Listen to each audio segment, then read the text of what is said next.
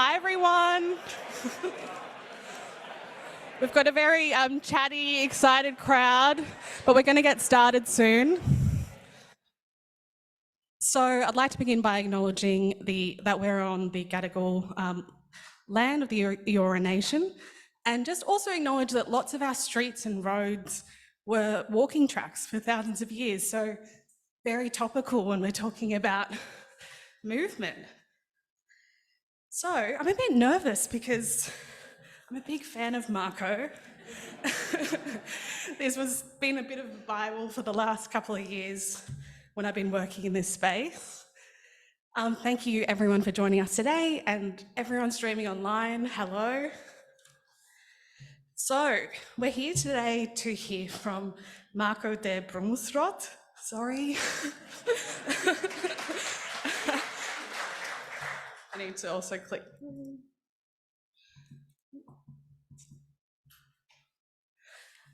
So Marco's going to speak to us about the provocative ideas in his book Movement, how to take back our streets and transform our lives. So Movement reflects on the apparent successes of Dutch cities. Many of us have probably been to the Netherlands and just been surprised at all of the sort of cyclists and the way that public space is used, I suppose, much more fairly, potentially. Following the keynote, we're going to have a panel of very excellent people, including Sara Stace, Director of Cities at WSP, Anna Bradley, ED of Active Transport and Cities Integration, the Mayor of Campbelltown. Thank you, Dr. George Greiss, for joining us from the Southwest. It's really important when we're talking about active transport, it's not just an inner city thing. And of course, Marco will join us too. So, over to him. I'm going to do that thing where I read out your bio in front of you. So Professor Marco de Brömmelstroet is the Chair of Urban Mobility Futures at the University of Amsterdam. His teaching focuses on courses around land use and mobility in the Bachelor and Master programs in urban planning. Marco is also the Chair of the Board at the Urban Cycling Institute that is part of the Centre for Urban Studies. The Institute leads research into the reciprocal relations between cycling, society, and cities, and is actively involved in the international dissemination of Dutch cycling knowledge. Examples of the latter are the Summer School on Planning in the Cycling City. How many of us have done that course? A few. The MOOC, Unraveling the Cycling City, and the Why We Cycle documentary. He is co-author of the book called Movement, here you go, How to Take Back Our Streets and Transform Our Lives with Thalia Verdake. And also, thank you so much to AITPM for bringing Marco out to be with us all today, the City of Sydney, and Cassie at the Committee for Sydney, who's done a wonderful job pulling this all together. So now I'd like to invite you, Marco, up to the stage.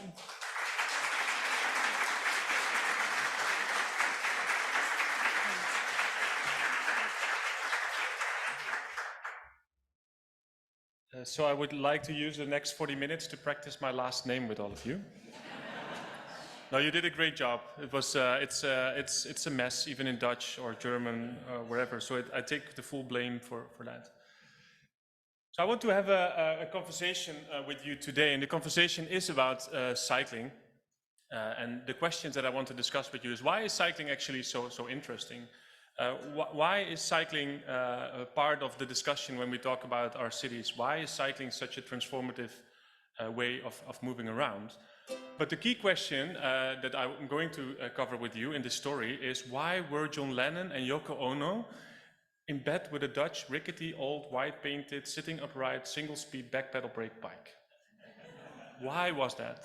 And why is that so important to us?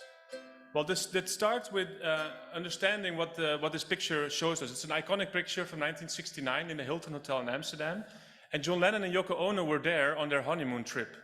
So they were visiting Amsterdam, and instead of visiting Amsterdam, they decided to stay in bed for 7 days. So if you ever want to demonstrate for something, follow that example. It's a great way to demonstrate, because what happened, they were protesting for world peace, and what happened is everybody started to come to their place. So they were there on the honeymoon, and when John Lennon was asked by a journalist why in the name did they come to Amsterdam, his answer obviously was, "We just follow the vibes, man." But actually I think that he was following Yoko Ono, because Yoko Ono really wanted to come to Amsterdam. Amsterdam at the time was sort of the counter-movement pivotal city, one of the pivotal cities where there was a really strong idea of changing society. And Yoko Ono was really interested in that, and they came to the Hilton Hotel. But why are they in bed with a bicycle? And to wrap the story up, at this time, they were in bed, 1969, only 2 years before the Beatles or John Lennon published a song. You know the song, probably?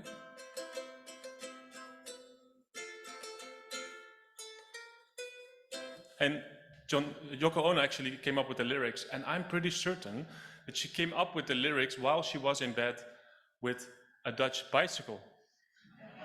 And why is this so important to understand when we are sitting here together to talk about radical changes to our mobility system? Well, that has everything to do with the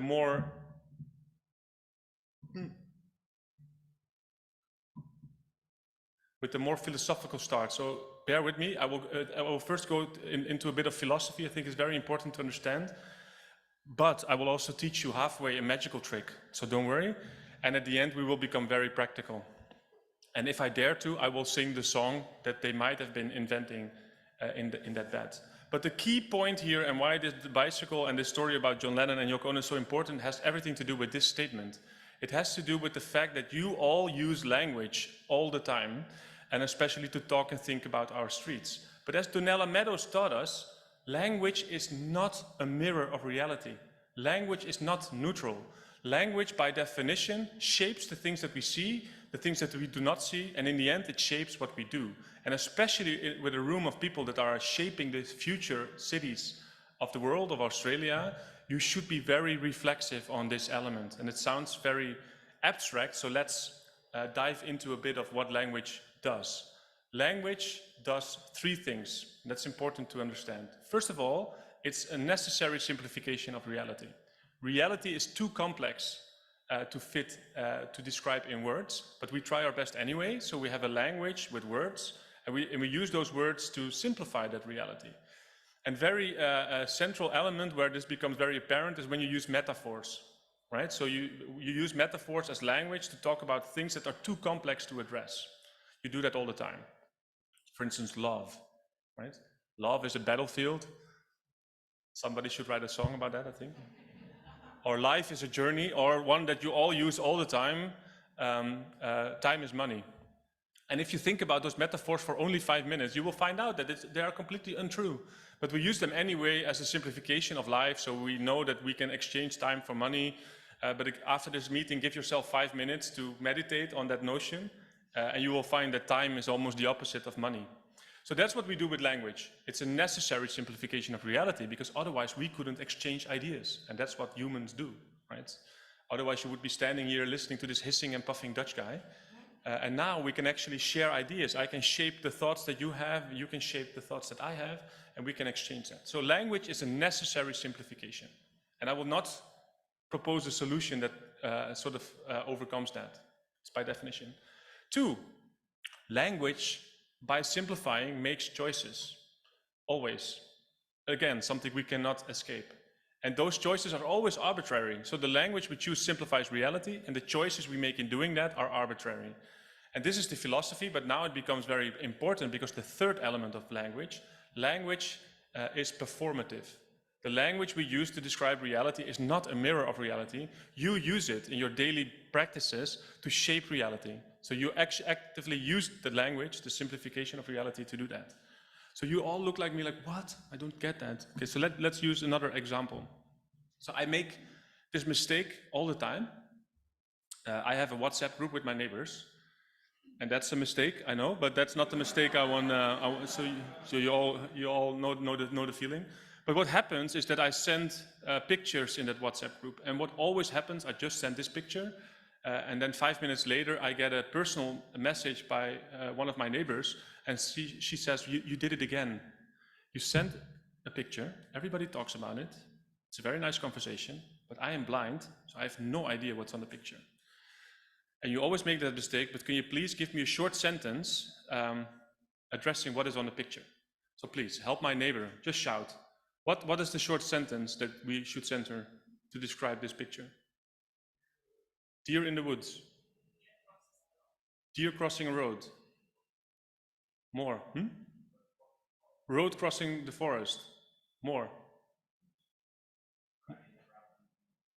Yeah. Yeah. Roadkill. So what you're doing now, and also the people that are not bringing their voice into the debate, you're using language to simplify reality. And the key point here is that we should not only have a discussion about the validity of the different versions of reality that you created, but you all used language to simplify reality, and you all made arbitrary choices. And you do that by definition. So that's not the point. The point is, what choices did you make, and how will they shape the things that you see and do not see, right? So let's stay in the forest to see this third element of language, simplifying reality, arbitrary choices. We just did that here, but now they become performative. And again, we can use the forest. Oh, go back. The clicker is not very responsive, but we use the forest as an example. So this is what James Scott in his book, Seeing Like a State, defines as the primeval forest. And the primeval forest is this forest that is not governed by anybody. And he says, as soon as you have to govern something, you need to have a language. You need to simplify reality. You need to have indicators. And that wasn't how this forest existed in the first place. So nobody's governing this forest, which meant that it could grow as a complex ecosystem. So think for a moment as a rabbit. I know you can do that. So think as a rabbit. Look at this forest, and you will find that you can easily hide here. But if you think like a fox, you can easily hunt here. And if you think like a bird, you can easily nest here. So different animals, different species, different plants can grow here, can live here, can play here. So this complex ecosystem serves many different goals. Okay? But this changes radically at the end of the 18th century in Europe, because at that time, society needed the forest for something else. They wanted to have wood, because they needed wood as a fuel, and as a building resource mainly. And because of that, owners of forests wanted to understand how to optimize wood production in their forests. And to do that, they had to invent a whole new language, because it didn't exist, right? So a whole new academic domain was created, and we know it until today. It's called scientific forestry. And scientific forestry was an academic domain, and academics were mostly German academics at the time. So they came up with a new language to think about forest from the perspective of wood production. And a very central word you should never forget is the word Normalbaum. Normalbaum. So the Normalbaum is German for standard tree. And the standard tree became this ideal, typical tree for wood production, a sort of a concept that you could use to think about your forest. And that started to be used by owners of forest. That new language that simplified the tree into a wood production item then changed reality. Because what happened over time is that forest owners started to make production forests so we have the primeval forest on the left, the complex ecosystem. We simplified it in the Normalbaum, and what we see here is rows and rows and rows of standard trees. Trees from the same age, the same species, optimized for wood production, and everything else is gone. These forests are a big reason why we are in ecological crisis at the moment, because the rabbit can no longer hide here. I dare you to go there with your family or friends and play hide and seek. It's impossible. You can't hunt there anymore. You can't build a nest there. You can't play. So these forests became optimized for wood production, and through that process, through that language, all the other goals disappeared. And sadly, the forest on the right is not even more productive for wood, because the forest also became oversimplified with this language, and therefore became very vulnerable for diseases and also for fires, wind, you name it. So that's also the tragedy of that. And now I think many of you are thinking, wait, where am I? I did sign up for mobility thing. And so let's go from the forest to the street, because my argument is that exactly the same thing happened on our streets. So we can understand the same process where only 100 years ago, most streets in our cities were defined as the remaining spaces between buildings. It didn't belong to anybody. It just grew over time. Our cities grew, our buildings were added, and in between there were spaces. We called them streets, and those streets were complex ecosystems that served many different goals. Mulberry Street, New York, Manhattan, you can see on this image, 1920, that the street is used for mobility, but also for trade. You see people buying and selling stuff. If you look carefully, you see people playing, especially children, but also adults. So the street is a place to play. It's a place where you are using it as a public living room, where you meet your family and your friends, but also you meet other people there. So it's a place of connection. And all these things coexisted in millennia before 1920. But I don't have to tell you that this is not how our streets look today. So it only took us 100 years to get to the point where we are, but we really need to understand what happened there. And what happened wasn't because of wood production. What happened was because of a mobility innovation. And that mobility innovation was the mass-produced motorized vehicle. The car already existed, but suddenly there were large numbers of cars because they were produced at a lower price, so many more people could use it. And it literally collided with this street. And especially children were at the butt of this innovation because they were dying in large numbers, being killed by speeding motorized vehicles. And the language that was used, it's a great book by Peter Norton, Fighting Traffic, in the 1920s was the language of justice. And this was seen 1920, 21, 22 as completely unjust. Children could not be blamed for this because it was clearly the innovation that was causing the danger for children. And nobody accepted that. Almost nobody in society accepted it. But it took only 10 years to completely reinvent the language we use to think about our streets. And that's a negative or pessimistic view of how it happened, but I hope that we can see the positive of that, because it means that we can only, in the coming 10 years, we can re-change that language. So that language emerged over time, and it fitted in a larger idea of looking at cities as sort of this primeval cities that needed to become productive cities. This is Le Corbusier and his plans for Paris, La Ville Radieuse. And he introduced this idea of looking at the city from above as an engineer, a planner that wanted to make a productive city. And one of his core principles was death of the street. Productive cities are cities where people are either at A or at B. That's where they are productive, and everything in between needs to be catering for efficient movement from A to B. Being underway is a negative thing, and our streets should only cater for that. Optimize the machine, marginalize the human. That was the idea, and that solidified. It solidified first into norms and guidelines and the first language that was used by traffic engineers. It solidified into institutions, into laws, into behavior. It solidified into concrete, into asphalt, and into steel. And we've now reached the final stage of what Ivan Illich calls the radical monopoly. The thinking of the way that we think about streets has solidified our imagination. We can no longer see that the choices we made in our language are choices. We just think that they are objectively true.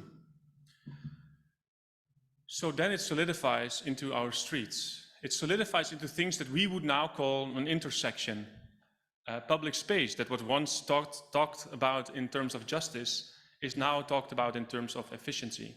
Because that was the language that the first engineers that started to think about this used. We moved from justice in 10 years to a language of control, efficiency, and the freedom of the individual car driver.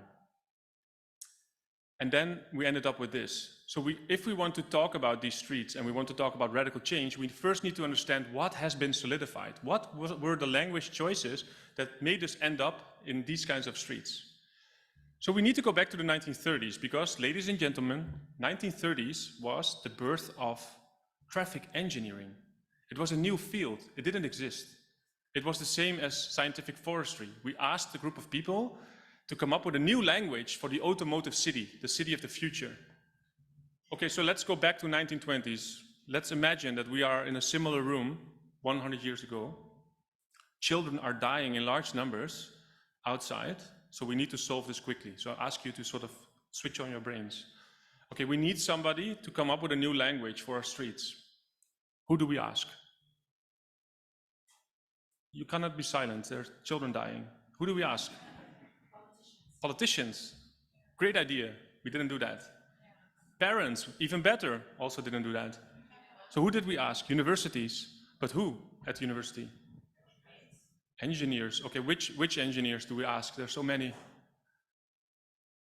Shall I tell you? We asked water engineers. Because water engineers just solved two big problems in the 1920s, sewage systems and water systems. So they had this esteem. We asked them, can you also think about streets and help us to solve this issue of how we can make streets more efficient systems in a relatively cheap way?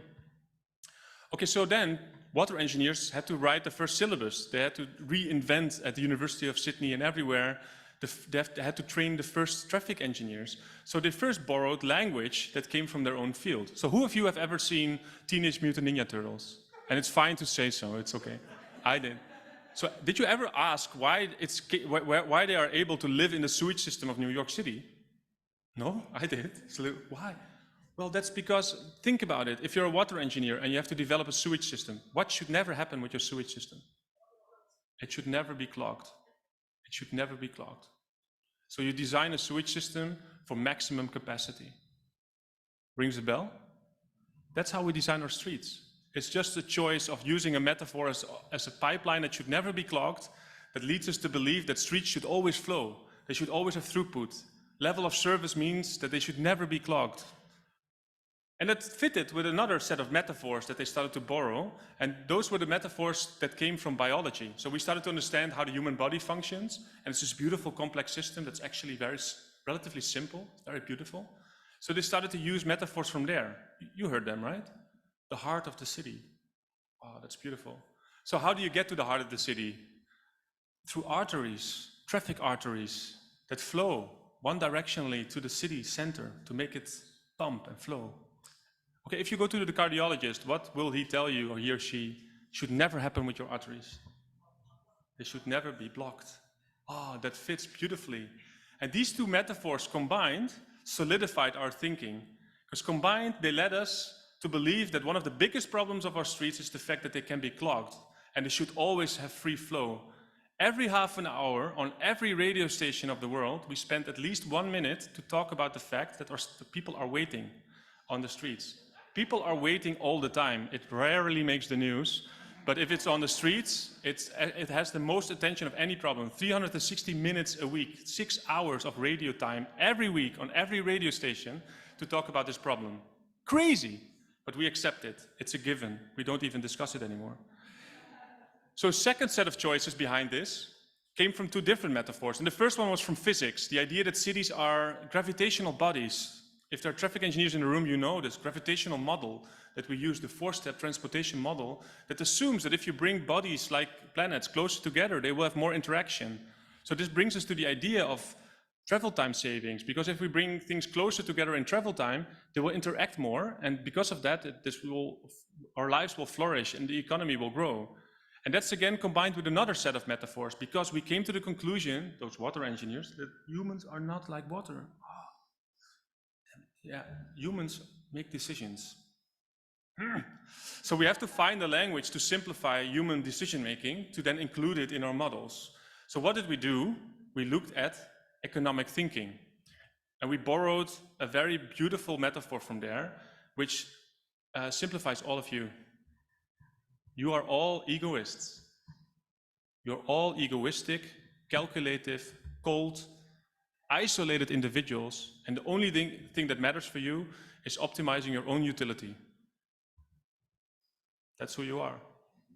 You're egoistic, isolated, cold, calculative individuals, or only interested in your own utility. Economics moved away from that, but in transportation planning, this is still alive and kicking. It's called the Homo economicus, and it's used as a model to model how people make decisions. And because you're all egoists, it means that you cannot do one thing. So if an egoist, you are all egoists, I just told you, so you should help me out here. But if an egoist meets another egoist, what can they not do? Yeah, they cannot negotiate because they both want right of way. Actually, Schelling got a Nobel Prize for using the intersection as the example that shows this, that people cannot negotiate right of way because they both want right of way. So we need to solve it. We need to have a system in place to solve those conflicts. In traffic engineering, all interactions on streets are conflicts, and this The holy grail here is the conflict-free intersection. So we did it, we solved it. We created a system which is called the traffic light. And the traffic light does what Le Corbusier always wanted from the start. Optimize the machine, marginalize the human. Now you need to push a button to back if you can actually cross the street. You're no longer allowed to just cross the street anywhere.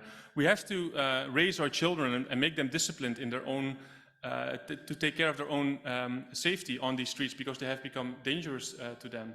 All because we've chosen to make them, one, about travel time savings, and two, about continuous throughput. Travel time savings are not discussed. All political parties take for granted that this is the holy grail in all our cost-benefit analysis. So we're optimizing our streets. We moved from the primeval forest to the production forest by choosing to optimize the forest for wood production, and we failed. And similarly, we moved from the primeval street in a very short period of time to the production street that caters for efficient throughput and travel time savings, and it doesn't. But in this process, all the other goals disappeared. You can no longer see children playing on the street. You can no longer see people trading on the street. You can no longer see people connecting on the street. All the goals of the street have disappeared. We have simplified it for the sole sake of travel time savings. Optimize the machine, marginalize the human. And now it's solidified our thinking, because the smart people in the room, or let's say the rich people in the room, they come up with these kinds of futures where we solve it, right? Smart cities with these kinds of images. And I dare you to Google it and find humans on them. They are not there. They're efficient machines. They're pipelines that bring us from A to B. They're production cities. And what do we then fork our money to? Well, we asked the car industry, what would be solutions? How can we have more travel time savings? How can we solve congestion? How can we make our streets even more efficient? And I think this one is really funny because I already introduced the idea that the first traffic engineers were water engineers with pipelines, and now they come up with this. If it doesn't look like a pipeline to you, it does to me. This is the Hyperloop, and it offers us almost 100% travel time savings. Not yet, but we're getting close. It moves you very fast from A to B. Yeah, you're in a tunnel and you cannot look outside, and you probably need to have a pill because it will make you very nauseous to go at those kinds of speeds, and it requires a complete landscape change, and it requires all the space and all our money, but it gives you travel time savings. That's what you want, right? Right. And then it gets even worse if we ask the car industry. This is Mercedes-Benz, and this is the future that many rooms like this today will talk about. The idea that self-driving cars, automated vehicles will solve it. We have solved it. Optimized travel time savings. There is no travel time anymore. Mercedes-Benz solved it. Let's give all our money to them, because no longer do you experience traveling. You're underway from A to B, but you can do other stuff, like well, it doesn't matter. You can Netflix or whatever, but at least you don't have any travel time loss, and you also are not meeting those pesky other egoists. You're all in your own bubble. That's great, right? And now we're getting closer to the mystery of John Lennon and Yoko Ono, because you think, this guy from Amsterdam, the Netherlands, city of bikes, they solved it, right? Because this will never happen with cycling. Cycling is this magical thing that somehow doesn't fit into this logic of going fast from A to B and being this machine that needs to be optimized. Well, I present you the future of the Dutch bicycle industry. This is what the Dutch bicycle industry is currently going for. The bicycle, due to all kind of small innovations, is now also part of the mobility fix. The bicycle will solve congestion because it will move people into this other pipeline system that is now also optimal. You can also travel, and if you look carefully, you can see that people can also have Zoom meetings on a bicycle now. Yes, they still cycle two abreast, but they don't really like that, so they have their own little worlds. There's this system of optimized throughput, the new pipeline sewage system that brings you from A to B, the hyper bikeway, the super bikeway, the super cycle, super highway, the super bicycle, super hyper, super highway. Problem solved. Cycling is now also part of the mobility solution. So if this is why they were in bed with a bicycle, then this would have been the song as they thought it up.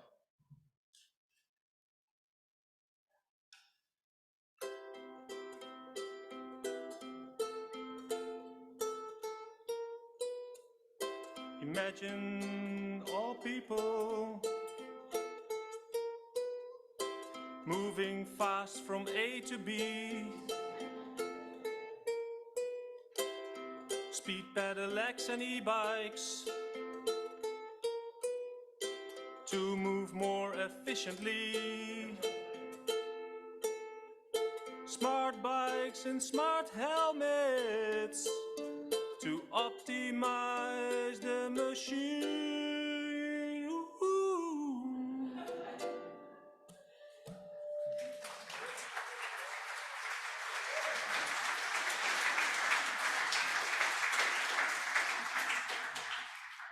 Is it? Is it?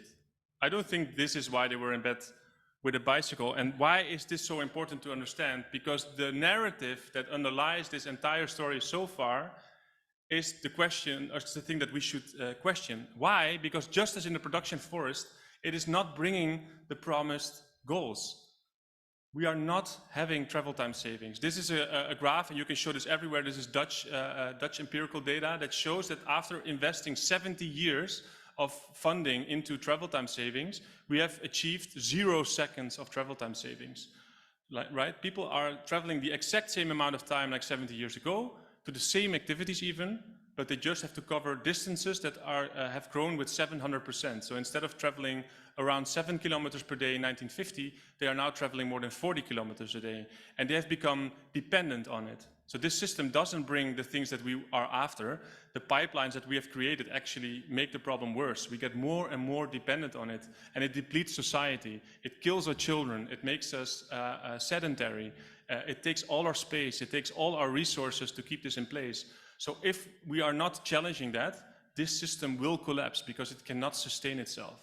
This means that we can either wait for the collapse, or we can look and use the momentum of the bicycle to rethink it. But then we need to rethink the underlying narrative.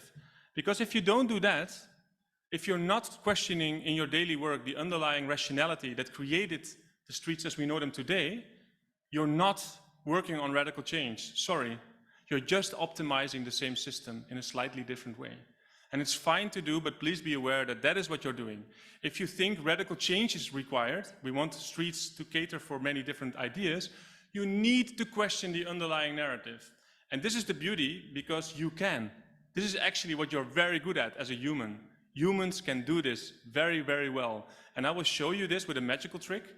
It will show you something that you have never seen before and you can never unsee. So if you're uncomfortable with that, you can still leave. If not, just follow my instructions. There are 3 simple steps, and then we will all see something that we can never unsee. It's a bit hard, especially the second step, especially for men, but I will guide you through it, no worries. So what I'm going to ask you to do is to stand up, all of you. So stand up.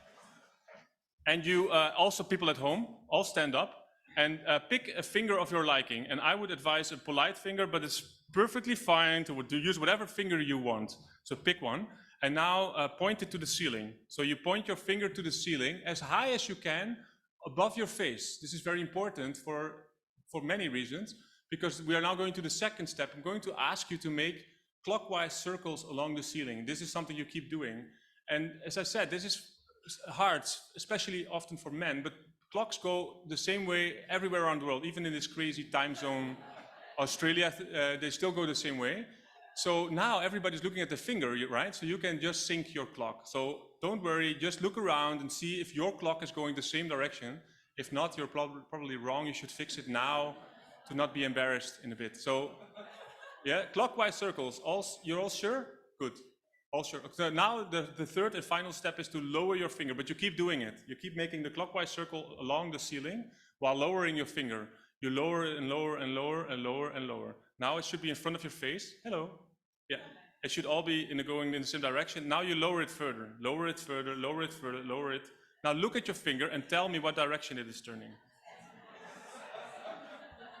What? What? What? What happened? Why is everybody laughing? What happened? What happened? It changed, but what happened? Exactly, thank you. You can all sit down. You changed your viewpoint. The only thing that changed is you changed your perspective. And you can do that. Nothing changed with your finger. Reality is just the same, but you change your perspective. So you have a very different understanding of what you're looking at. And again, this is the beauty of language. Language and our narratives do that, right? I just told you that language is a simplification of reality and it gives you a certain perspective. This means that you should be able to change that perspective all the time. That's the agility that we need to challenge the underlying rationality. And I brought you somebody who can explain this very beautifully, Lara Boroditsky. She's a professor in linguistics, and she explains why it is so important to realize the full potential of the language that we use on a daily basis. Now, the beauty of linguistic diversity is that it reveals to us just how ingenious and how flexible the human mind is. Human minds have invented not one cognitive universe, but 7,000 languages spoken around the world. And we can create many more. Languages, of course, are living things that we can hone and change to suit our needs. I've told you about how speakers of different languages think differently, but of course, that's not about how people elsewhere think. It's about how you think. It's how the language that you speak shapes the way that you think, right? And that gives you the opportunity to ask, why do I think the way that I do? How could I think differently? And also, what thoughts do I wish to create? Language is not about how people elsewhere think. Language is about how you think, and it gives you the power to think what thoughts do you wish to have. If you think about streets and mobility, what conversations do you want to have? What kinds of solutions do you want to think about? You should never accept that this is a given, that the language that you use to think and talk and design for streets is somehow a given. This is the power that you just have. Every day you can use it to change and challenge your and our thinking in that way. And this, ladies and gentlemen, this is why they were in bed with a bicycle. They were in bed with a bicycle not because of John Lennon. He was an Aston Martin fan. He had a large collection of them. They arrived at the Hilton Hotel in a Rolls Royce. So they were in bed with a bicycle because the bicycle was brought to them by the Provo movement, the counter movement. And why were they so interested in this old, rickety, white-painted, Dutch, sitting upright, single-speed, back-pedal brake bicycle? Because for them, it was a symbol that represented a radically different society.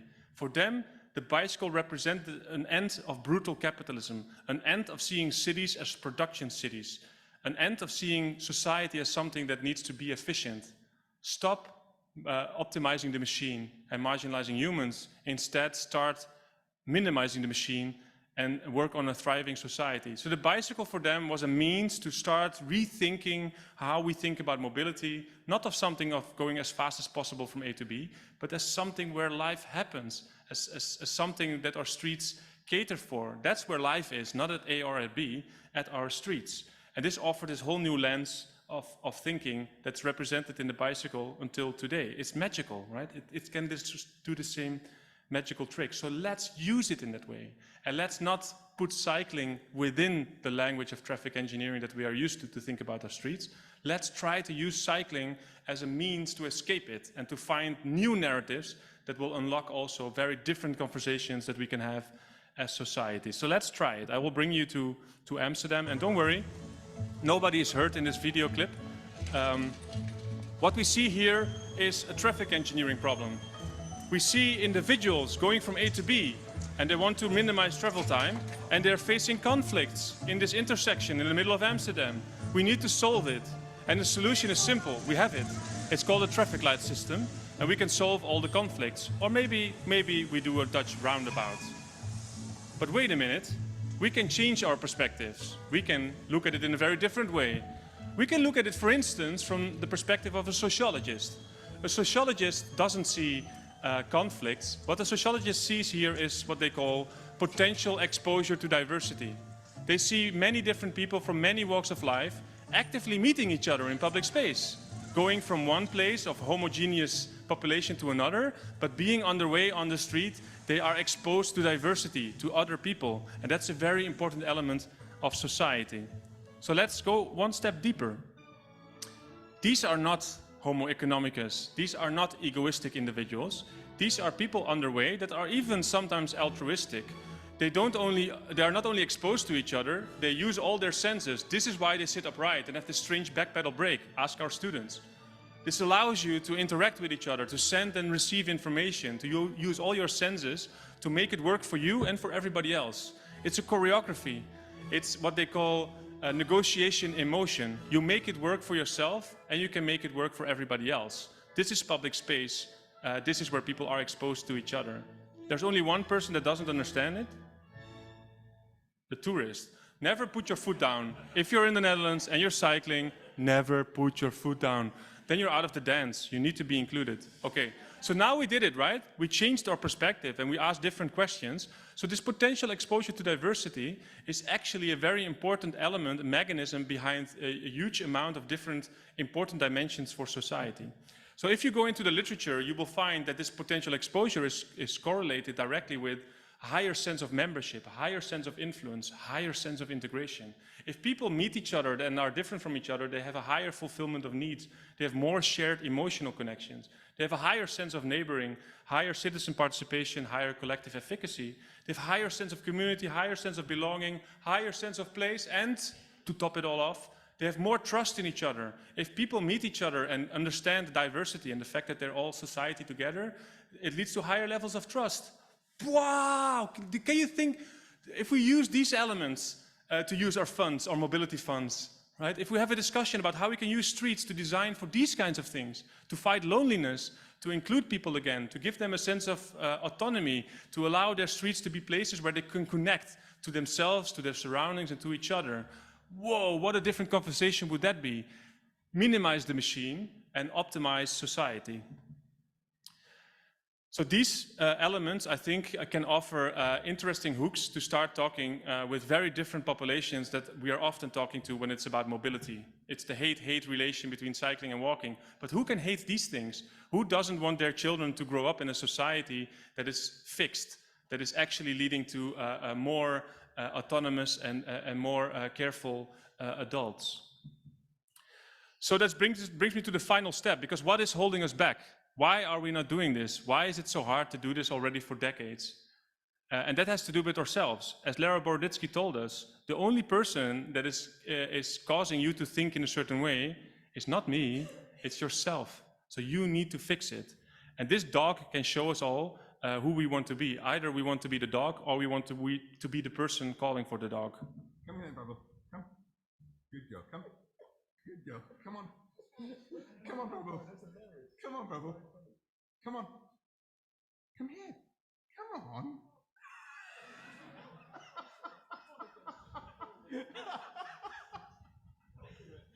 Come on. Come here. Come. Come on.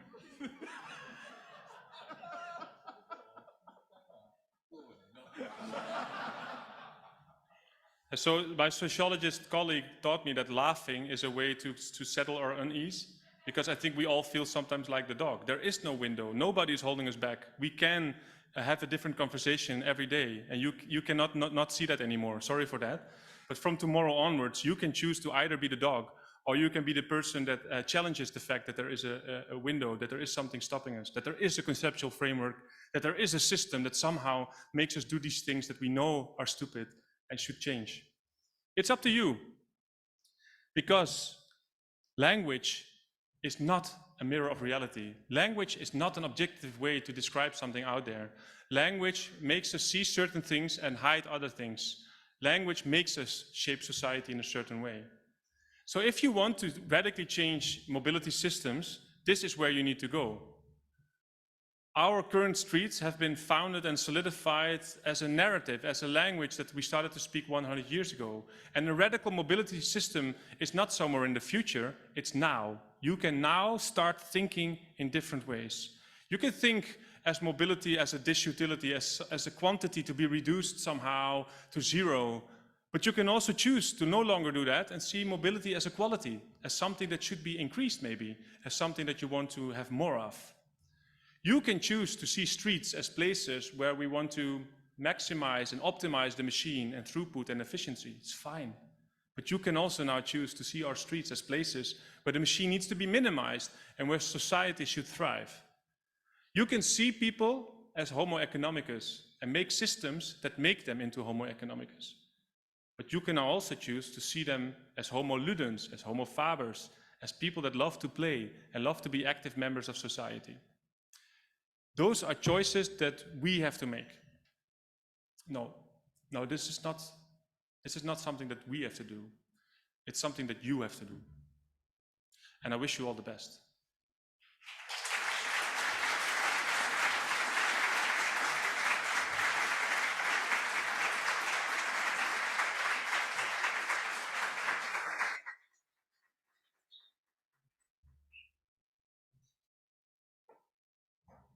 Thank you so much. The kind of talk reminded me of my daily bike ride. It was very joyful and fun and interesting, and you get to see a bit of the city.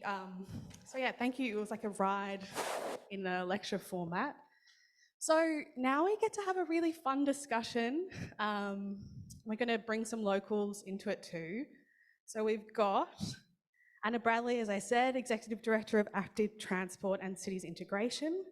So she leads a multidisciplinary team at Transport for New South Wales, focused on putting communities and active transport at the heart of transport. Another metaphor. Prior to this role, Anna was the Executive Director of Integrated Precincts team, responsible for multiple projects and programs focused on accessibility like the TAP program or the Sydney Harbour Bridge Cycleway.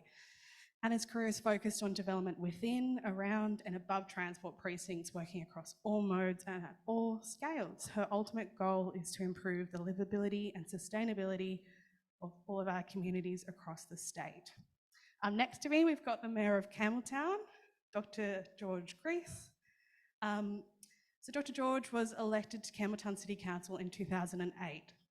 He has held numerous positions on council, including chairperson of the Planning Environment Committee, Traffic Committee, and is a council member on the Western Sydney Planning Panel.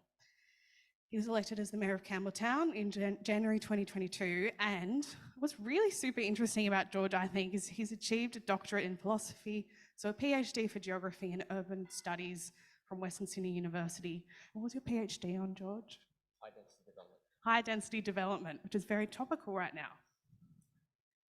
And we've also got Sara Stace, Director of Cities at WSP and also President of Better Streets. So Sara is a city shaper whose work traverses urban policy, land use and transport. She has worked at the federal, state, local governments and private sector for over 25 years. She is a Director of Cities WSP and serves on the board of the World Cycling Alliance and Better Streets Australia. So we could welcome our panellists.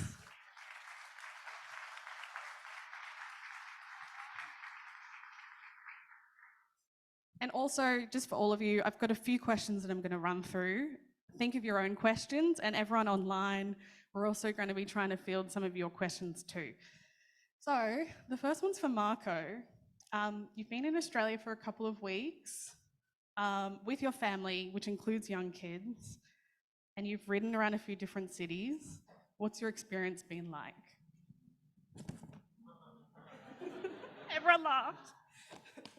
Well, my experience, my experience overall is pretty good. You live in a beautiful country, and most of the cities I visited, no, all of them, have all the conditions to make it even more awesome. So in that sense, it's very positive. What I've seen, and that's also in the end positive, so it's sort of a, how do you call that, a ride through different emotional states. At first I was very depressed. I'm also driving here, these big cars and all this was like, oh man, this is so solidified version of what I know. How can you ever change that? And then I saw the absurdity and I had to laugh a lot. And then it became a positive thing, because I think that the narrative that I've been talking about, the narrative of the 1920s that has led us to make the system, I think the Australians are the best in making that narrative run as far as you can.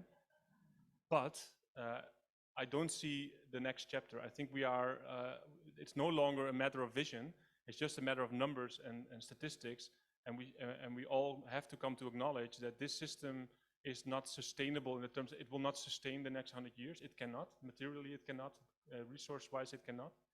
So that makes me very positive that we are entering an era where we either accept that we run from crisis to crisis, or we're going to actively get together and realize that we have to start writing a new book, because this is the final chapter. So in that sense, I'm positive. There's a huge momentum. I think, if not now, it will come a year early. And I think that this potential of widening the debate and talking with different people will also make us realize that most of your fellow country people are for a society that is not car dependent. But we are not yet tapping into that with the words and the narratives we currently use. So there's huge potential. It will happen. Maybe it will take another 200 years. I don't know. It will happen. And you all now have the power in the next 10 years to help us reinvent languages. So, yeah. Yeah, I think as you say that, I'm also looking behind you at the Carl Expressway. And for those of us who watched the budget yesterday, the Treasurer sort of said that the idea of having a park on the top of it was a pipe dream, and everyone kind of laughed. But when we rethink language and everything that you kind of talked about, well, maybe it's not. But just help people to realize, because I think that's something that I found hard to understand at first, and now I understand a bit better thanks to Thalia Verdake.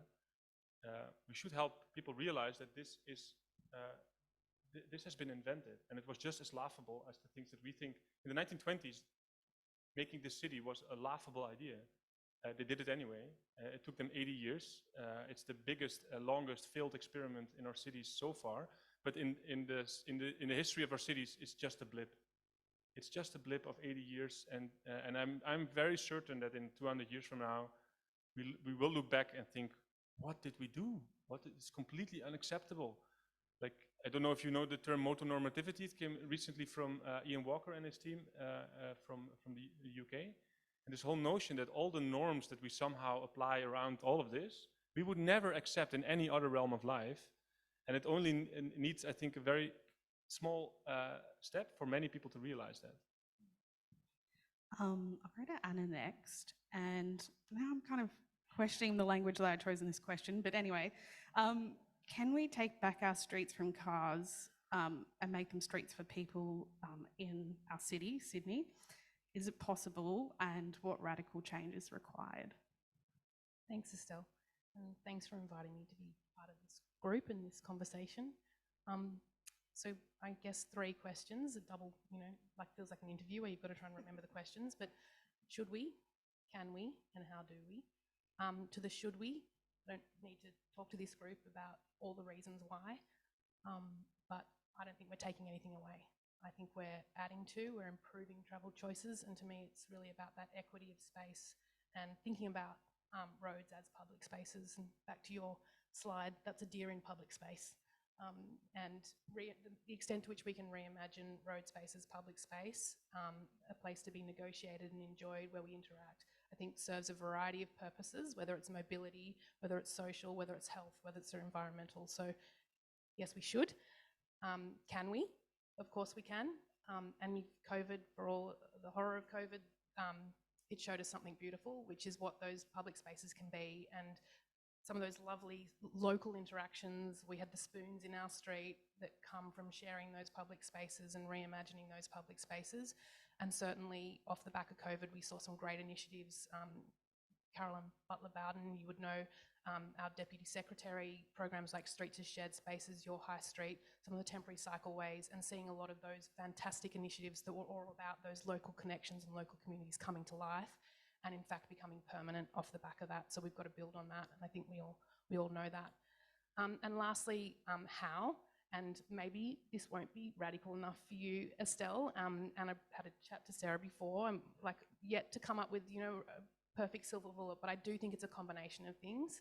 And I have my 4 Ps, and this is kind of the business plan, but so don't be bored, but bear with me. So number 1, it's about pipeline and having a solid pipeline of good corridor projects, but also place programs to back that in. So some great programs of reprogramming of space, but also a good bottom drawer that we can open.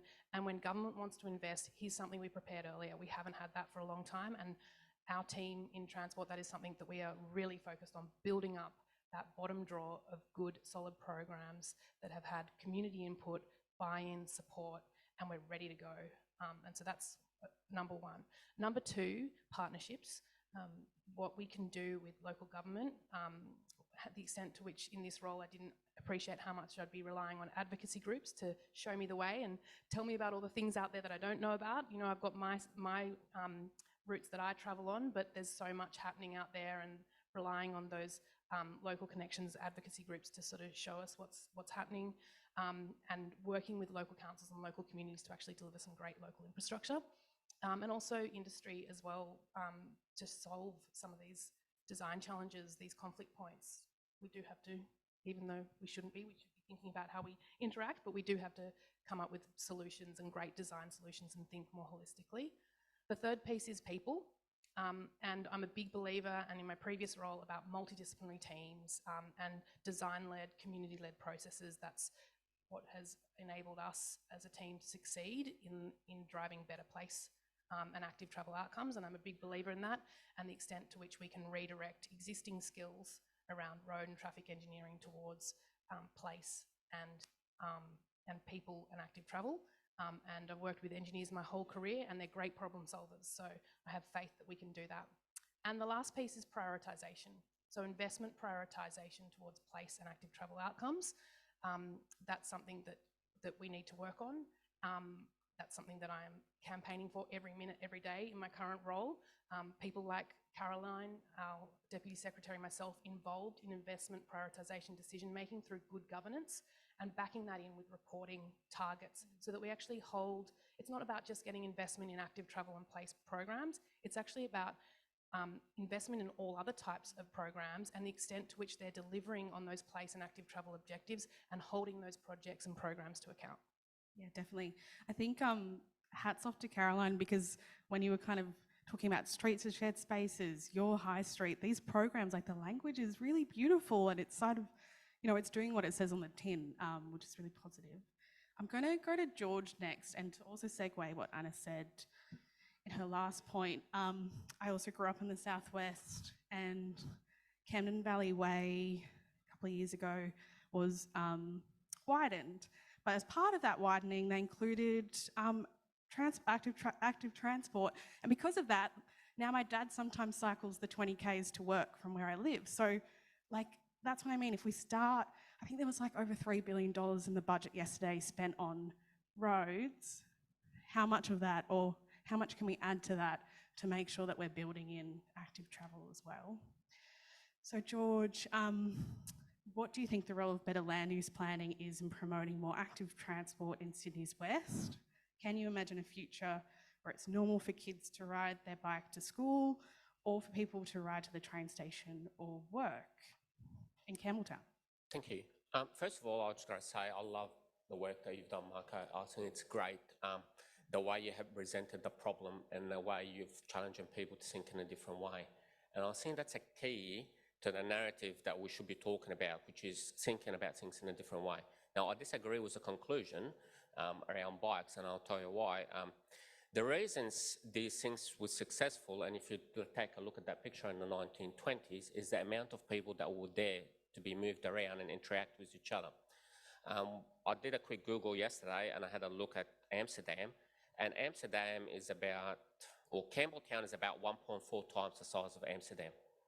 Amsterdam has got a population density of 4,000 people per square kilometres. Campbelltown has 500 people per square kilometres. The amount of people we have is so scattered apart that when we start looking at these approaches, we fall short because the time will become quite significant. What I did not find is how many jobs they have in Amsterdam, but I assume it's going to be quite significant, which Campbelltown only has 50,000 odd jobs, which again, for us to be able to travel and take advantage of that, what we need is to take a step back and start thinking about the cities of the past to have the transport of the past, and that is to increase density.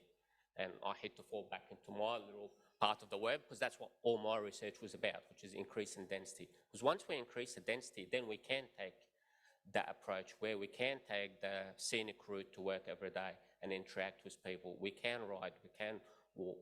But when we are forced to travel such a huge distance of time, because of lack of opportunity, we cannot take that approach.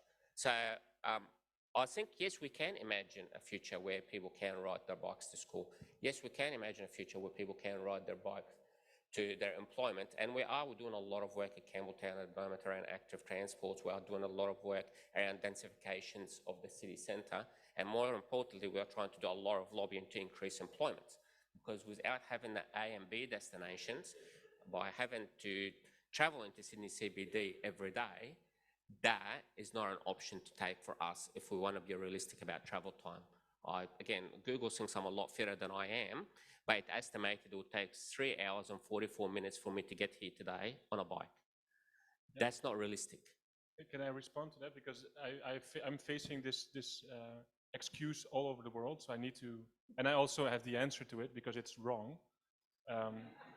No, I think it's important to realize that because it doesn't make a lot of sense to compare Amsterdam to Melbourne or to Sydney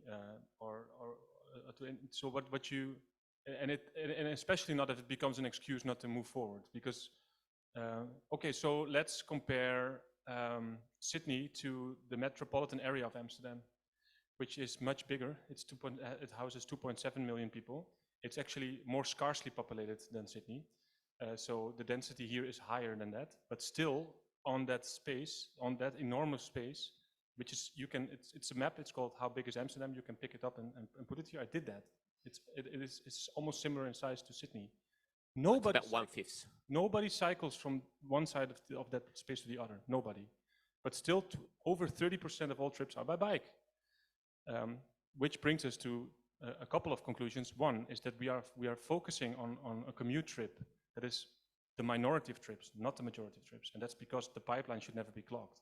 But the majority of trips are not commuting trips. They are short trips below 5 kilometers. So let's start with that, one. Two is, how are these people then commuting? Apparently, there's a system in place that serves also sparsely populated areas. And that system is called the bike-train combination. What happens in the Netherlands is nobody bikes from Haarlem to Lelystad or 3-hour bike trip. What people do is they use the bicycle for local trips, then they go to the local train station where there's guarded bike parking, they lock up their bikes, they use the train as a public space with other people to move to the other, as a wormhole to the other city where there's a shared bicycle waiting for them.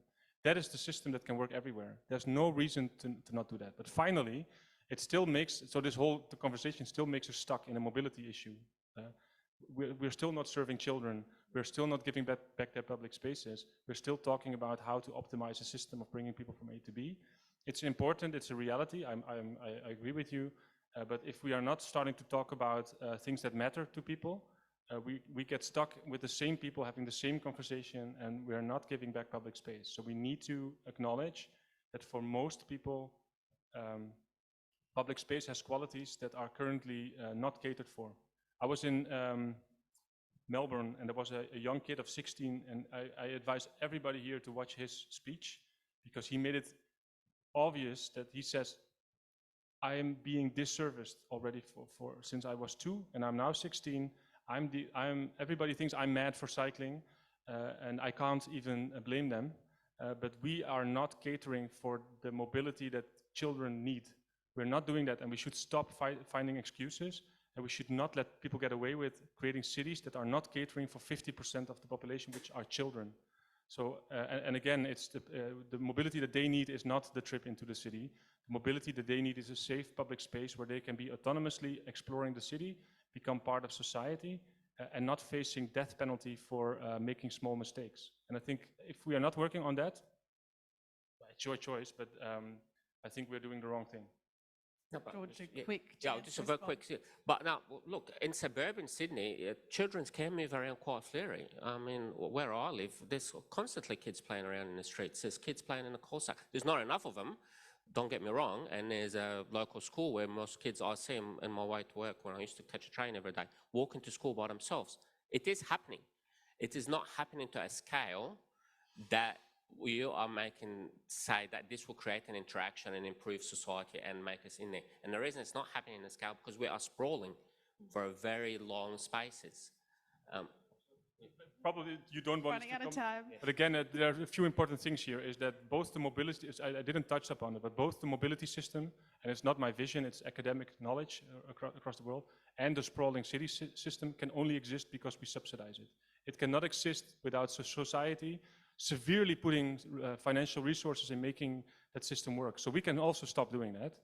But the most important thing, and that's also bringing it back to the audience and what we can do today, is that if we want to get support for that, there was a great AITPM lecture by Phil Jones on what he called pluralistic ignorance, is the notion that we think that there's opposition to these ideas. But if you ask people if they want more inclusive streets, 2/3 of the people want that. But if you ask them how many people around them they think also want that, they think it's only 1/3. So there's a mismatch in between what people actually want and what they think the larger society wants. And I think all these things, if we want to put them up to scale, we need to learn to change the conversation with people and to make them aware that actually what they want is also what the majority wants. But that will only happen if we stop talking about mobility and we start talking about qualities of life, and again, especially for children, the fact that schools should be accessible in an autonomous way, because yes, people are still doing it, but the numbers show that this went down from 60% to 20% in one generation, and I think we cannot sit here and accept that. I think in a way you actually do agree, but just different perspectives. Yeah, and that's what I'm saying. I mean, my concept is, you are right, we are subsidizing sprawl, and the only solution is density. That's why I spent the last 7 years working on that. And once we get that density, I think, and at that stage it doesn't matter whether you're riding your bike or you're walking or you're... It's financially the only sustainable thing to do. Yep. We cannot afford doing it in the current way, so it will stop somewhere. I'm going to go to Sarah now. So last question, everyone get your questions ready. This question's a little bit spicy. It is intentionally, so I'm just going to go for it. In Marco's book, it's noted that the vast majority of traffic engineers are men. I think there's like, how many percentage of women? Maybe 2% in the field. And Sarah, I've also observed that many vocal advocates for improved streets and public spaces happen to be women. Do you think there's a connection between these two things? That is a difficult question. I'll try and keep it short because I really want to hear questions from the audience as well. There's a couple of things wrapped up in that. One is around gender and one is around professions. So I'm an architect, and so I'm often seen as the fluffy, not really coming up with solutions, just creating more problems and ideas. There's a few laughters in the audience there. But I do work with a lot of engineers and economists, both of which I think have landed in hot water here with Marco's presentation. I think it's partly about a mindset. So when we come to the, it's about that mindset of thinking expansively or thinking differently. It's also about collaboration and listening. And I think that that's not necessarily only masculine or feminine. I think that's quite a binary way to see it. But it's about a mindset of thinking a bit more about how we do things differently.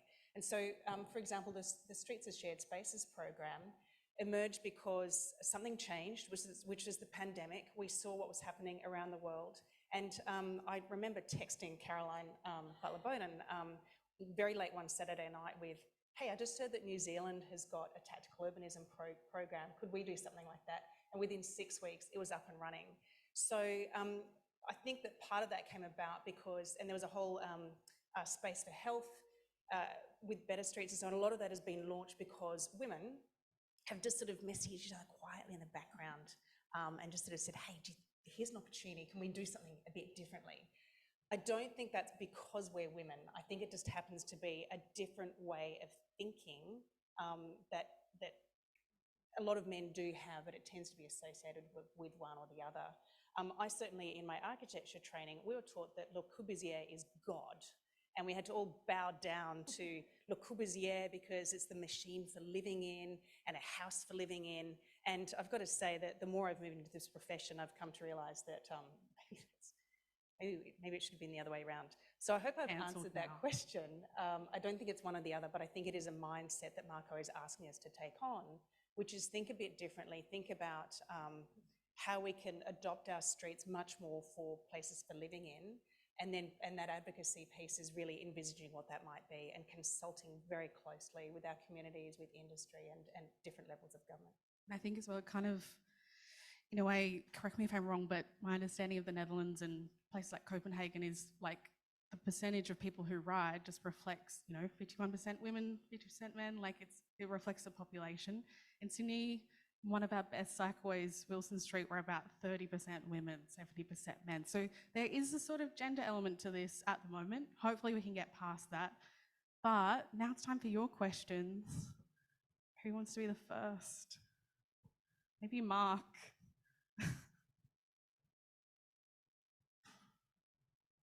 Hi. Actually, I have a question for Councillor Greiss. So you were talking about density and, to borrow Marco's term, thinking about this motor normativity. So along with that density in a BAU sense will come cars, minimum parking standards and high car use.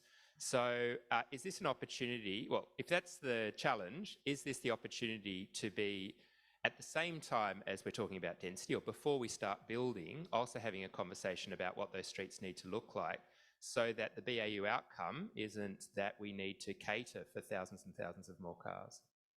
Yes, yeah, it's 100%. And we need more than just density of housing. We need network density. We need density of everything. And that's what makes a successful city. The ability to have density of housing, density of jobs, density of recreation area. So then you don't have to travel for a long distance of time. Then you don't need the car. And I have lived in cities where I never need to use a car. I walk to school from kindergarten. I used to walk to school by myself when I was growing up. You can do these things. It's quite common. It's just not the approach we have taken here for over 100 years for a variety of political reasons. And that was one of the premise that I was trying to resolve is how did we end up here? Because we know that other cities around the world are doing it better. Well, different. Better might not be the right word, but different. And one of those reasons is because we took the approach of the machines and the technical expertise and we followed a particular set of path. We should change that, I agree. And that would probably be the best time to do it now as we move into a much higher density city. I think there's a very interesting example in the Netherlands of it's called the Mercedesbenz. I won't ask you to repeat that. In the city of Utrecht. And there's still, what I see there is the notion of what some of my colleagues, Julia Gilbert calls maladaptive language. We're still using the wrong words to sell that, and I think you did a good job of avoiding that. But we tend to call this space in Utrecht, they sell it as a car-free urban living. So again, it's emphasizing what it's not. So I often joke that I live in a neighborhood, in a suburb, and I count it, and there are 0 platforms for helicopters, yet nobody calls it a helicopter-free neighborhood. So instead, the challenge is, if you make that high density, sell it as something of quality. So what is it? Not what isn't it, but what is it? And if you do that, well, the example, probably you know the example of Christchurch and Young Gill coming in and asking people first, what do you want on your streets? And people started to list and draw and make streets. And then they realized they didn't have any car parking because that's not something that people desire. It's something that they take as a given. So escaping that status quo is also, again, stepping away from the maladaptive language that we tend to use to sort of emphasize the status quo. Perhaps there's a challenge for all of us to help Anna and her colleagues. If we're going to build 75,000 homes a year across New South Wales, let's not make sure we're also baking in, 100,000 cars per year as well. So yeah. I think that's a really important point, and I do worry about that. That's kind of top of my list of worries at the moment, that under the guise of a housing crisis, which there is, that we're going to build cities that people won't want to live in. And that local infrastructure, the opportunities for connection, interaction, negotiation needs to be built in from the beginning. And what I'm already seeing and hearing is in areas where we won't have the population densities at the start, that that local infrastructure will be deprioritised. And I say that's the biggest mistake we can make. We have to put it in first. And in fact, years ago when I started my career, that's what we did. The first thing we built was the playground, and everything else came later. That's also, again, it's sort of almost absurd, but that we have the same question. Of course, if you build new houses, you also want to have spaces for cooking and for sleeping and for watching telly, and we do that because they are in the house that we sell. But there's only one thing that we then sort of put in public space.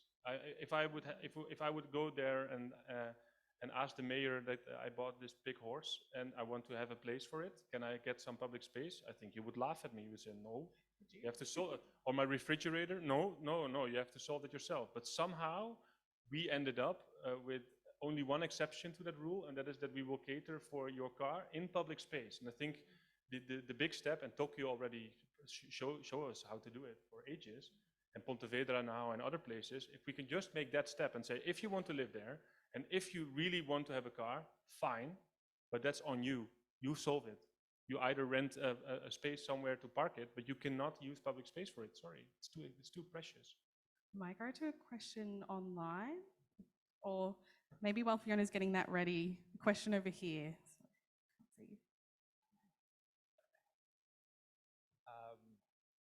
Terrific talk.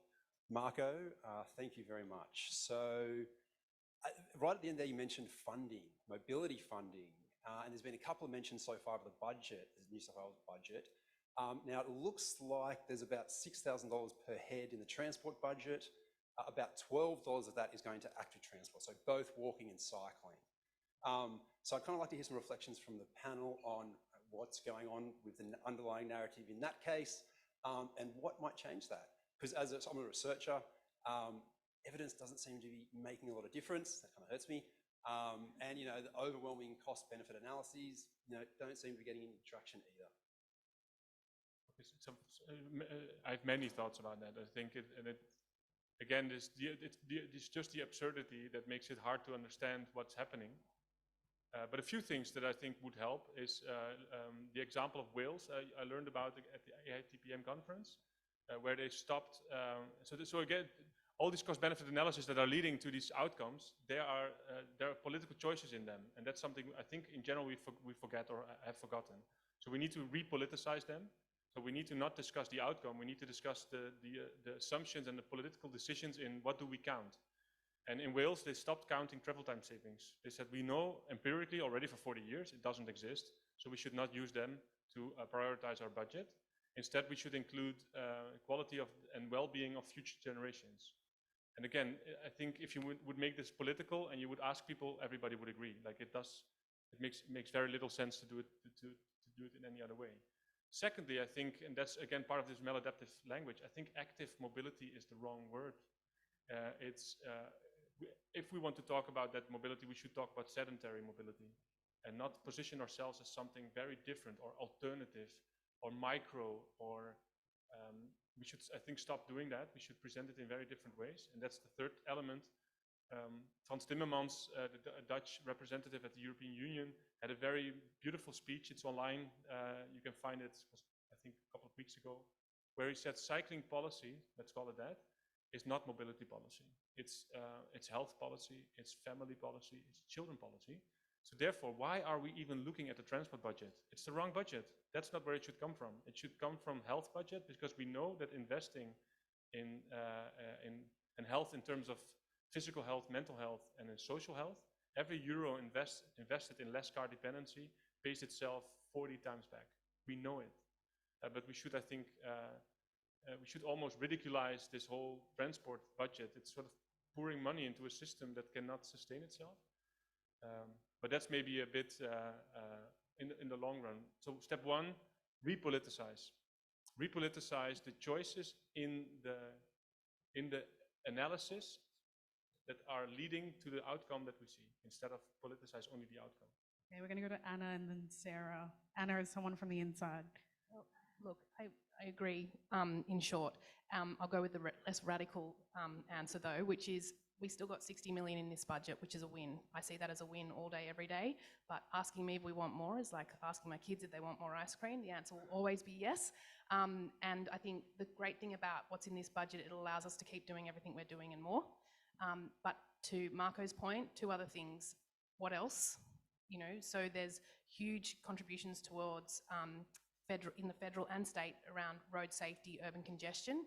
Well, we should be tapping into that, and that's my mission, to get my way in there and get access to as much of that as possible, because if we're really concerned about safety and congestion, then we should be directing that funding towards place and active travel.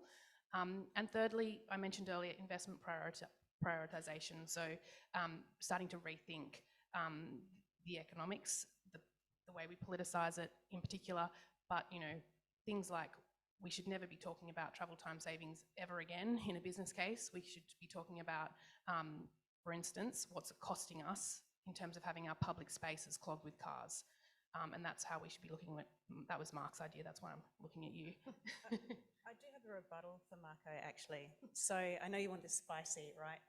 The problem is, if you look at the state budget that came out this week, the proportion that's allocated to health, to schools, to everything else on that budget in the capital works is, if you added all of those up, it's still only about a third as much as the funding for transport.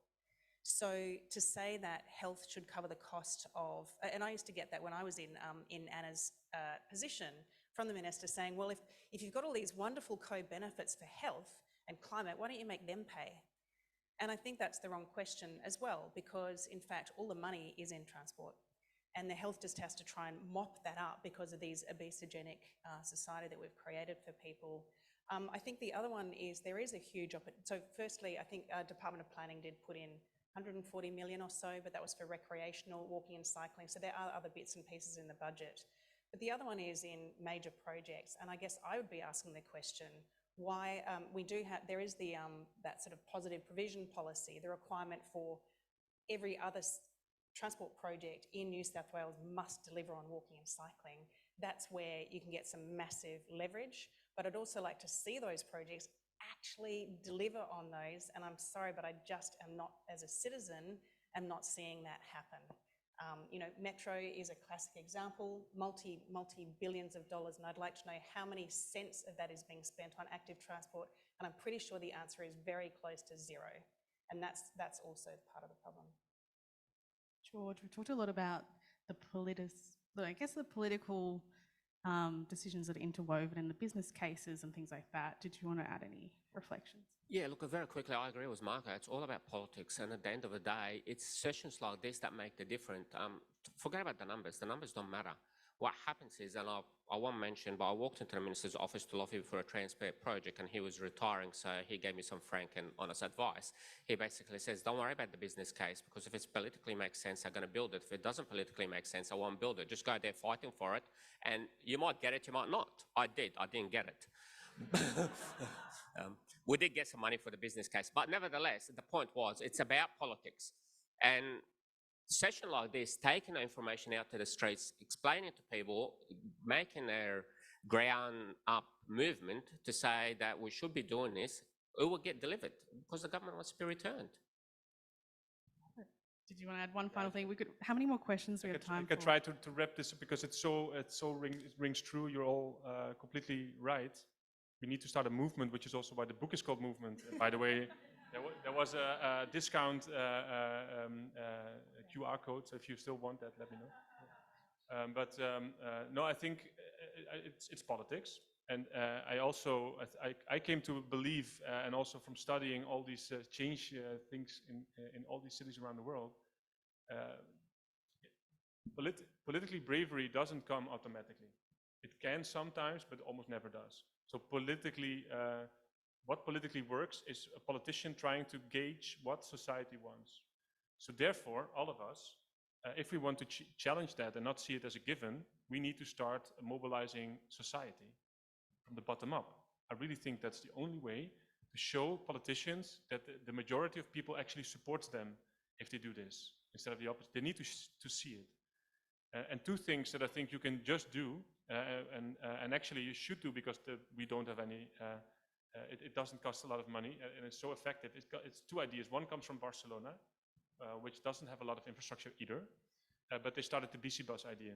And I challenge you all to do it next week or maybe 2 weeks from now to organize yourselves. But you don't need a lot for this. What you need is an imaginary line system that connects living areas with schools, especially elementary schools, primary schools. And you need to have a fixed timetable. It doesn't cost anything. You say at 8 o'clock we're here, at 8:15 we're there. Make it a party, bring music and a huge speaker, and claim the road with children. The first time you will see only 10 children. But we know from Barcelona that within 3-4 weeks, you will see hundreds of them joining the BC bus if you do this every Friday, every week. Some of these lines now in Barcelona are every day. And some of the lines are even now financed and have actual stops. and the system actually becomes reality. That's how change works, and you can all do it. You can all start doing it with your own school, with your own kids, with kids in your neighborhood, and it will be. I get goosebumps just. I was joining one of those bike buses in Barcelona. It's so special what you feel, and nobody there can unsee it. Everybody realizes that, wait a minute, what are we doing the rest of the week? This is so great for the children and for us. Parents join it, not because they don't trust it, but because it's so joyful. It's so great. And the second thing is a critical mass. It's a worldwide movement. It's not critical mass, but critical mass that again puts children central. Twice a year around the world, over 400,000 children by now are claiming the street space back as well. And that's also something that you can just do. You can just start doing. I think so. Language makes us think it's very abstract. Politics makes us think that it's so hard to change. But you're also just humans. You have your own networks. And I think this is the only way that change happens, from the ground up, showing positive examples, dance, be positive, be how do you call that in English? Be attractive. Make it easy to follow. Make it easy for you to follow. Watch YouTube and search for the shirtless dancing guy. 2.5 minutes, well spent, but be the shirtless dancing guy and look for the first followers. And then we will see, and it will take some time, then we will see politicians that understand that it's not brave to want better cities for humans. It's actually brave and radical to do the opposite. But we need to show it to them. We've run over time, but if it's okay for everyone, we'll ask. Time is not money. One more question. Feel free to leave if you need to, but I think Sarah also wanted to quickly add something. No, I just thought it was a great ad for better streets. We're basically here to give the politicians the courage and show that we have a voice, not just of bike riders, not just of people walking, but parents and climate change activists and so on. So that's just a little plug there. Thank you, Marco, for that intro. So we're going to Fiona. So just one of the questions from the audience at home. What are the key challenges and barriers that cities, or I think in your case, you, face when trying to transition to more sustainable transportation modes, and how can we overcome these challenges? We'll start with Anna. Anyone? Anna, do you want to start? So, like I said before, I think there's lots of things that can, get in your way or stop you from being successful, and it's that combination of things I talked about before. But I really, for me, in my job day to day, I think it does come down to good governance and reporting and setting targets that we all share in to try and drive those outcomes. So that would be kind of my focus, but I appreciate that it's much bigger than that. Yes, for me the answer I think should be obvious now, so I can also ask the audience what they would think that I will say. Yeah, but I really, again, I believe that this is the lever, and Donella Meadows and her book, Thinking in Systems, buy it, it's great stuff. You can also download it for free online. But this whole notion that the only barrier to change is this dog, is this idea that we think that the majority doesn't want change, and this is something that I see across the world. Again, with these examples of the critical mass and PC bus, you see that the majority of people are completely disinterested in what you think is important. They will not come to meetings about cycling and bike paths, but they are interested in the mental and physical health of their children. They are interested in increasing levels of loneliness of elderly. They will come out and support that. I was here in 2016 in the same room. Stephen Fleming stood up and said, who wants to go out and risk prison time because we go like the 60s and 70s in Amsterdam and revolt? Nobody.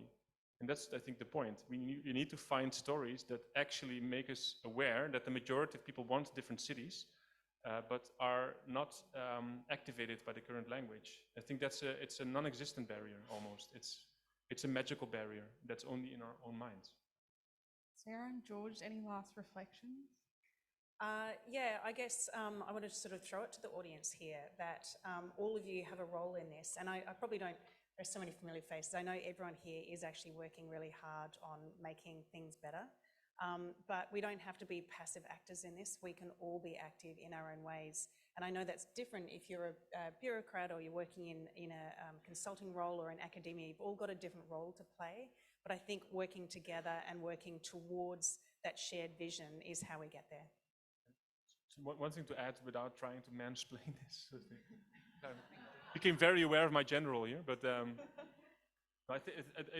So one addition is you do not have to be passive and active. I think it's one step further. You are active by definition. It's also not that there is this objective reality and we are framing a narrative. If you do not do this, you still do it. It's impossible. So either you are solidifying the current system further with your behavior or not, but you are not passive. You are actively doing one or the other. It's impossible to not do that. So you should ask the question to yourself. What am I doing? And there can be a reason to sometimes do one and sometimes do the other, but you can no longer think that you are either doing this or that. There's no in between. It's not that no, I don't have a clock. So there is no that's what sort of I found it hard, and Thalia I think wrote it down very clearly. There is no passive position. It doesn't exist. So either we are solidifying the system or we are trying to make it more agile, but there's no, I'm repeating myself, but I think this is so important for me to realize that you cannot not be active. Yeah.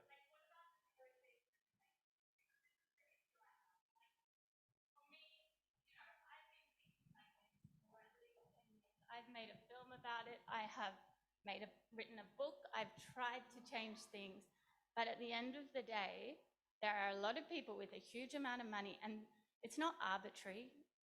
The choices that we talk about, like the arbitrary metaphors, they are very, very designed by people with a lot of money and a lot of interest in keeping certain things going and certain things changing, but not necessarily in the way we want. Yeah. And I think we're selling short how hard this task is, because I almost didn't have a voice now. I just yelled out because I wanted to, because this is crazy. We're talking like we're just talking about mobility, but there's so much around mobility that does or doesn't make it work. And we have to work from our education system to the way we think about, what is economics to us and everything. Changing BCR, I have been trying to get them to stop thinking about travel time as something that costs, huge amount, and that's why our budget is so high for roads, because we are always still talking about it. And I don't know, this really, really makes me sort of frustrated almost. It's really lovely to hear, but you're not changing my mindset. My mindset's been changed for years and years. It's just hard to get things out there really, and you can feel really, really voiceless in this world if you're not, I don't know. Yeah, Does that make sense? Totally. I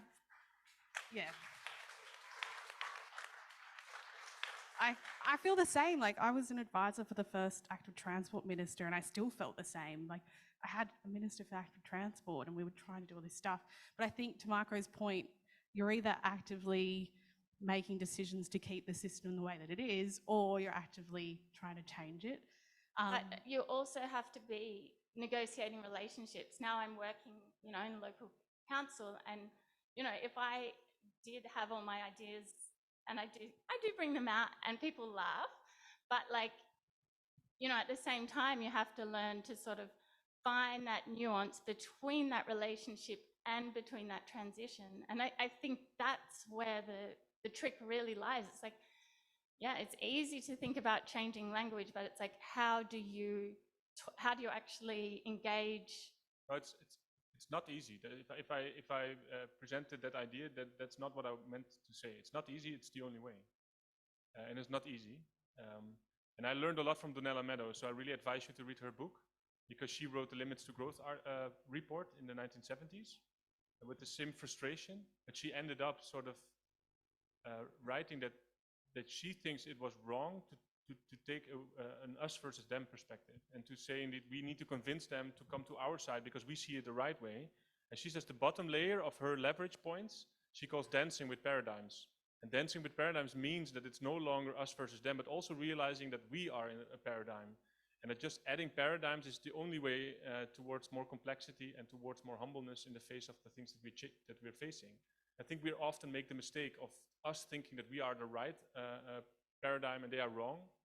So that's one, and I think indeed I completely agree that you have to have this working relation, but that also means I had the similar conversation in Melbourne. I think it's really good to bring in emotions here. We should not be emotionless people. We should be allowed to be angry or frustrated. We should bring that. I think one thing is that you need to be at least aware that in certain sessions you are working there just because of the relation. But I think we should not think that that work will lead to transition. It also needs to be done, but I really think that you should reserve your energy to have a critical mass or a busy bus every week, because that is actually where you are challenging the system. And you, of course, need to do both. But I think being frustrated because they are not listening, that's not helpful. I know it's there, but I think it's a wrong expectations to think that if somehow we can add statistics or data that will somehow change it. It will not. So Okay, I'm going to have to wrap it up.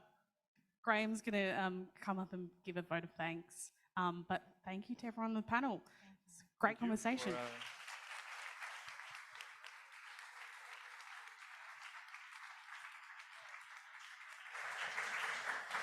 Wow, what a passionate way to end up the session. I think that was fantastic. Marco, you'd be pleased to know I'm actually a recovering traffic engineer. So for those of you who don't know me, I'm Graham McCabe. I'm Transport Advisory Director with Urbis, and while Urbis is a city-shaping company where we try and make great spaces and places for people, I'm here on behalf of the Australian Institute of Traffic Planning and Management, who brought Marco out to be our keynote speaker at our national conference last week. AITPM is really a body that wants to make better places, and while historically we've done some of the damage that has been talked about, we're very much looking forward to the future. Firstly, thank you to City of Sydney for giving us this wonderful venue, and Committee for Sydney for putting on the event, and our fine MC, Estelle. Thank you to the panelists, Marco, Mayor George, Anna and Sarah. We've heard some really great ideas today about how our cities were tamed by engineers, and really we need to rewild them. I think that's the key message, is we need to go back to mess and chaos and move away from a lot of the order. One of the things that came from watching Marco present last week is now I see people as flocks and swarms and schools, not as individual autonomous beings moving throughout the city. And I've started very much filming people in time lapse, so you actually see all the chaos and interaction, and it is really a perception change. And it told us about the partnerships and the importance of industry and community working together. Big thanks to George for highlighting the issues of a growing city and how do you actually turn things around from low density sprawl, get people walking and cycling, and through that comes density. And one of the things I think we really need in Australia is a lot more YIMBYs rather than NIMBYs, so that people are supportive of what makes those great spaces. Sarah really highlighting the need to think differently, and also how incidental conversations and opportunities where we're not just applying rigid standards. You know, the things that are achieved in the pandemic, we have to keep on having that agile mindset of test, trial, repeat, not, oh, we tried it, it didn't work, we'll move on from something else. And finally, I think the need to be political and be engaged is really important, and advocating for making sure that the right priorities are put into how our money is used. So finally, I hope you'll all join me once again in thanking Marco for showing us how to imagine and reframe our thinking about movement, and really enjoy the rest of your day and observe the city. So please join me in giving our panel and Marco a round of applause.